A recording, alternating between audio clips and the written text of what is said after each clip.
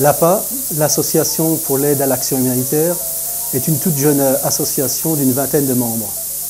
Elle a été créée en décembre 2006 et a depuis organisé 2 concerts à Schweighouse-sur-Moder. Ses objectifs sont de témoigner de l'engagement d'hommes et de femmes pour soutenir les gens les plus démunis, de soutenir des projets d'ONG, d'associations ou de personnes, de sensibiliser les adultes et puis les enfants à la problématique de l'action humanitaire. Et pour ce faire, elle utilise des moyens tels les expositions, les médias, les journaux, la télé et la proposition culturelle de concerts. Notre premier projet concernait une action qui se déroulait au Mali et qui a été entreprise par Sœur Marie-Rose, une ancienne collègue de l'école primaire de Schweighouse, qui est maintenant missionnaire au Mali. Elle avait envisagé d'équiper les femmes d'un village, d'un moulin, afin de leur permettre de réduire le temps consacré à moudre le grain, le mil, et à produire de l'huile également. Et ceci pour le bénéfice de tout le village. Alors je précise que cette action nous a particulièrement intéressés parce que ce qui est original, c'est que les femmes de ce village se sont regroupées en association et qu'elles ont même versé une petite contribution, bien sûr modeste de leur part, mais importante, et qui nous garantit que ce projet ne sera pas perdu parce que c'est vraiment leur action, ce n'est pas quelque chose qui est plaqué dans le village. Alors cette action également a été agrémentée d'une formation alphabétique des femmes du village, ce qui est effectivement très important aussi, et qu'une formation technique spécifique a été faite pour les 2 meuniers qui sont chargés de faire tourner le moulin.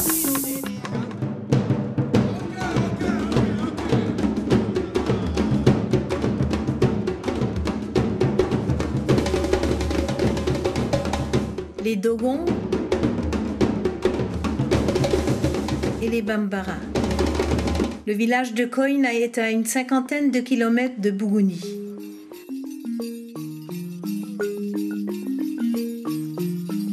Deux ethnies y cohabitent, les Dogons et les Bambara. En décembre 1993, 19 familles ont émigré de l'est du Mali. Ils ont quitté leurs falaises à cause des années de sécheresse. C'est là, en milieu Bambara, qu'ils sont repartis à zéro. Ils ont accueilli une grande superficie de terre mise à leur disposition par le chef du village. Chaque famille peut exploiter 1 à 1,5 hectares de terre. Ils ont construit leurs cases, leurs greniers pour les céréales, le mil, le millet. De plus, les Dogons continuent leur plantation d'oignons et de haricots. Après les semailles et la récolte, tout le travail revient aux femmes. Les femmes, toujours les premières levées, et les dernières couchées. Tous les jours, elles passent un minimum de 3 heures à piler leur ration de mil, qui est leur nourriture de base, et ceci après avoir parcouru des kilomètres pour chercher et couper le bois pour la cuisson. À la saison des noix de karité, les femmes se lèvent à 3 heures du matin pour aller à la cueillette des noix, à la lumière de la torche, afin qu'elles soient de retour dans la matinée.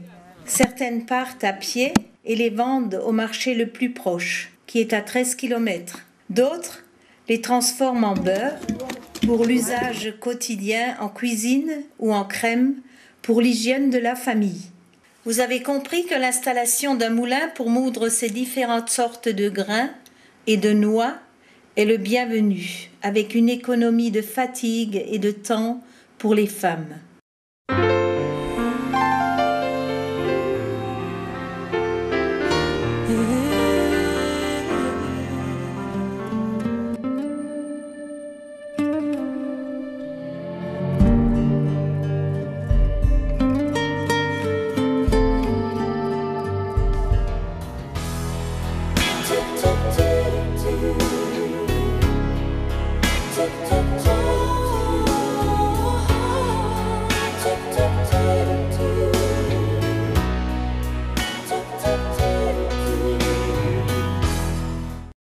Les responsables de la pastorale sociale de Bamako viennent à Bougouni pour lancer le projet Moulin.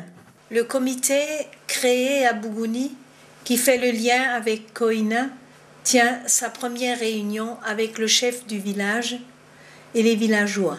Les femmes réunies à l'extérieur de la case sont toutes ouïes. Elles sont déjà en association et mènent des activités génératrices de revenus.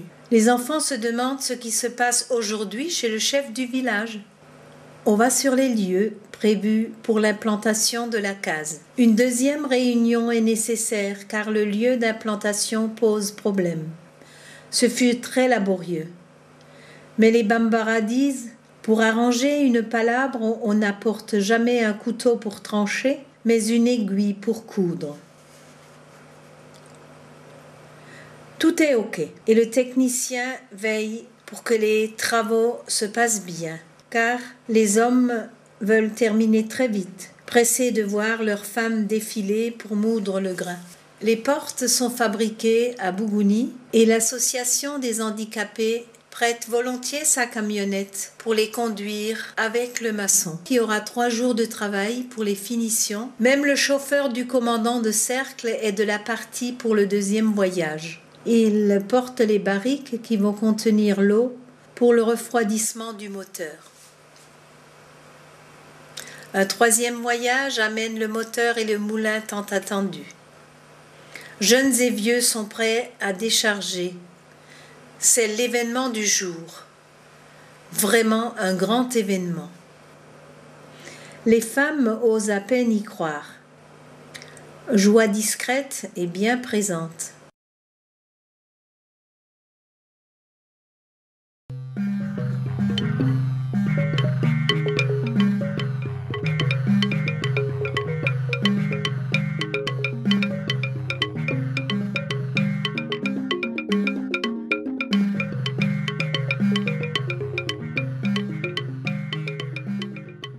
Qu'y a-t-il dans toutes ces petites têtes ?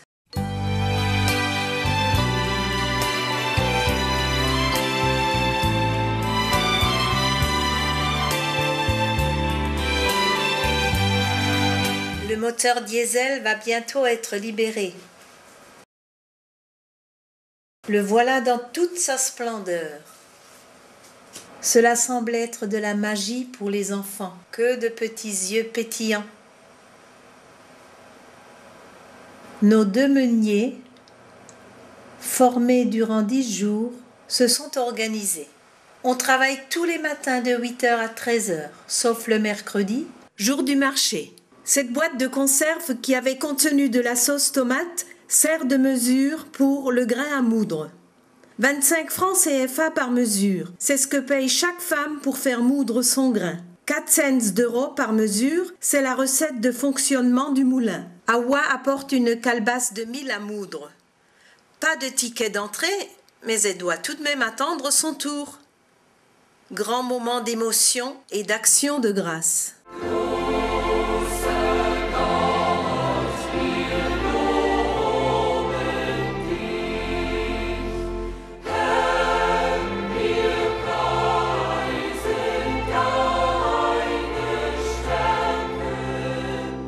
On peut dire « Après, on n'est plus comme avant. On n'est plus après comme avant. »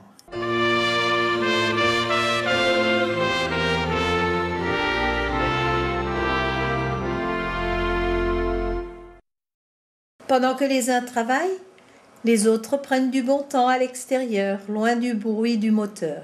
Pour Silas et Alphonse, c'est le thé. Émilie est là, avec ses 2 petits gloutons. qui ont pesé 900 grammes à la maternité de Bougouni. Ils seront peut-être des futurs meuniers. Suivront-ils l'exemple de leurs parents qui ont appris à lire, à écrire et à calculer il y a 3 ans? Ce sont les monitrices du Centre de promotion féminine de Bougouni qui les ont formées. 28 femmes et 8 hommes sont sortis de l'obscurité, comme ils aiment le dire et le redire. Mogosité Koro Kalanna, personne n'est trop vieux pour apprendre. Tous, vraiment tous, vous disent, la calebasse de la reconnaissance ne sera jamais brisée.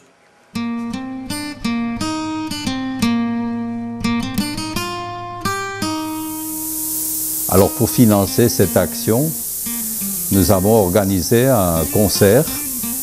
C'était au niveau artistique, c'était la première production du chœur d'enfants de l'Alsace du Nord, qui s'est donc produite à la salle Keufling à Schweighouse le 30 juin 2007.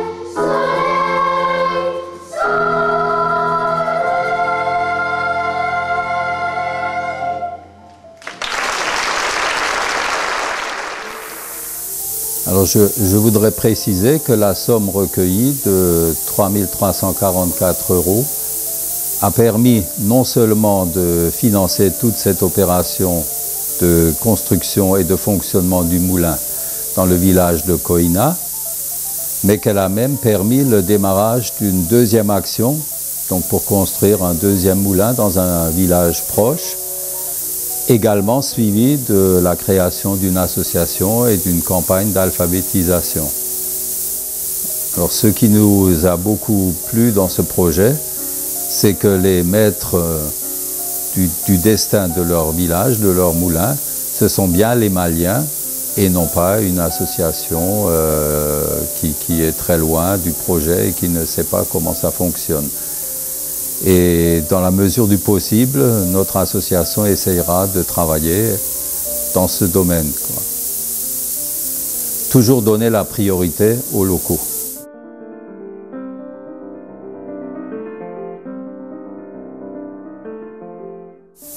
Pour le deuxième concert, au profit de l'AMREF, l'Association médicale pour la recherche en Afrique, l'ensemble Mélodia de Kutzenhausen nous a soutenus et a permis d'envoyer une somme non négligeable pour l'action auprès de la population en Éthiopie.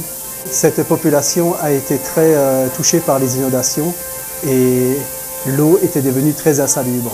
Donc, afin d'éviter une grosse épidémie, cette action a permis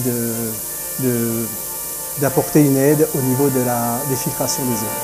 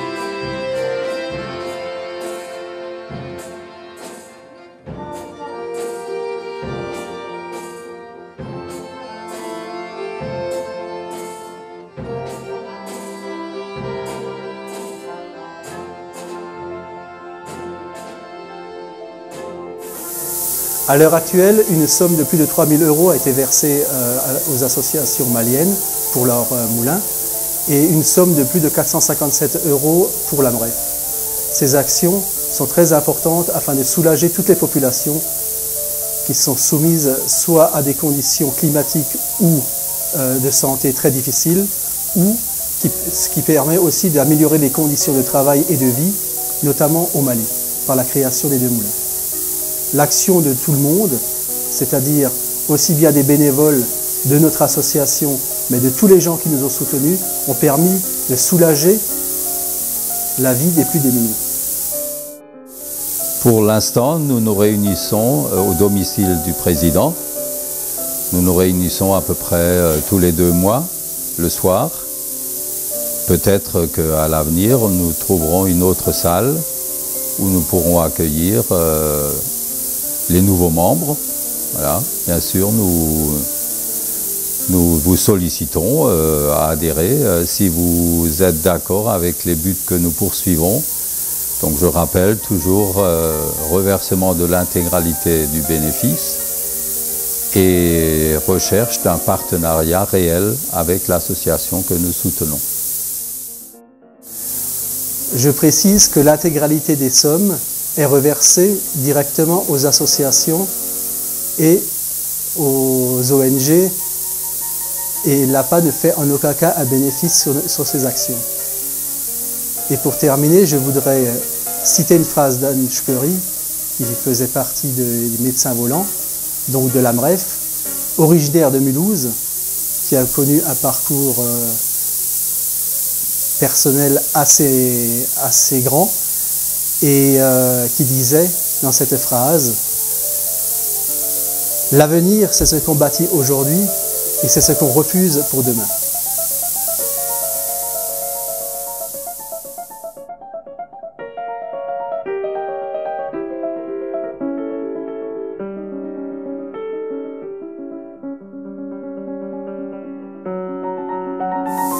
En tant que président, je voudrais vous présenter l'association créée par quelques passionnés de généalogie et d'histoire qui se réunissent depuis septembre 2006 à la villa, à 20h, à la villa de Schweighouse. Nous avons nommé cette association l'AXE, Association de généalogie et d'histoire de Schweighouse sur Moder et environ.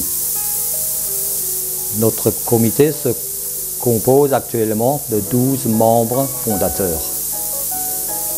L'association poursuit plusieurs objectifs. Réunir des généalogistes et des historiens désirant s'informer ou se perfectionner dans leurs recherches. Conseiller et mettre à leur disposition des recherches effectuées et des documents existants. Organiser des recherches en vue de futures publications. Organiser des expositions et des manifestations à caractère éducatif. Intervenir auprès des autorités en vue d'appuyer les démarches pour la conservation du patrimoine historique, architectural, artistique et naturel de Schweighouse sur Moder et environ. Je voudrais vous présenter quelques travaux déjà réalisés. Notre association a donc deux domaines de recherche, la généalogie et l'histoire. Monsieur Cél va vous présenter en quelques mots l'histoire du village et moi-même je vous présenterai en quelques mots la généalogie. Enfin, nous arrivons à vous raconter un peu résumé de l'histoire du village de Schweighouse, dont l'origine remonte au IXe siècle. Donc nous avons vécu une période très très longue et pour donc vous permettre de lire et de relire et de revoir un peu ce qui s'est passé dans ce village, nous avons donc créé cette association à laquelle je tenais depuis ma plus grande jeunesse. Je tenais à réaliser un jour une association qui permettrait de travailler sur l'histoire de Schweighouse, qui est très très importante du point de vue évolution, soit démographique, soit historique. Enfin, il y a des passages multiples qui remontent un peu de dire que Schweighouse, à son origine, était trois villages composés donc de Schweighouse, du Geiselbronn et de la ferme Klaus. Beaucoup de gens ignorent que ces trois villages étaient un ensemble qui était donc situé assez loin l'une de l'autre, parce que pour faire les relations, etc., c'était pas une mince affaire, étant donné que Schweighouse était séparé par la Moder et la Zinsel. Enfin, tout ça sera remis à nouveau. On mettra par chapitre, grand chapitre, des documents et j'espère un livre, un deuxième livre qui parlera essentiellement donc du banc de Schweighouse, de son évolution, les populations différentes, donc le Klausnhof, pourquoi il n'y a plus le Klausnhof, le Geiselbronn qui est devenu un site industriel, etc. Voilà un peu ce que je voulais vous dire pour l'avenir, c'est-à-dire l'association est créée maintenant, nous existons et je compte sur le soutien de la municipalité de Schweighouse qui, elle, depuis des années, était bien sûr jamais contre, mais au point de vue réalisation, c'était toujours fait, on verra, on verra. Et aujourd'hui, nous pouvons dire, c'est fait, c'est chose faite.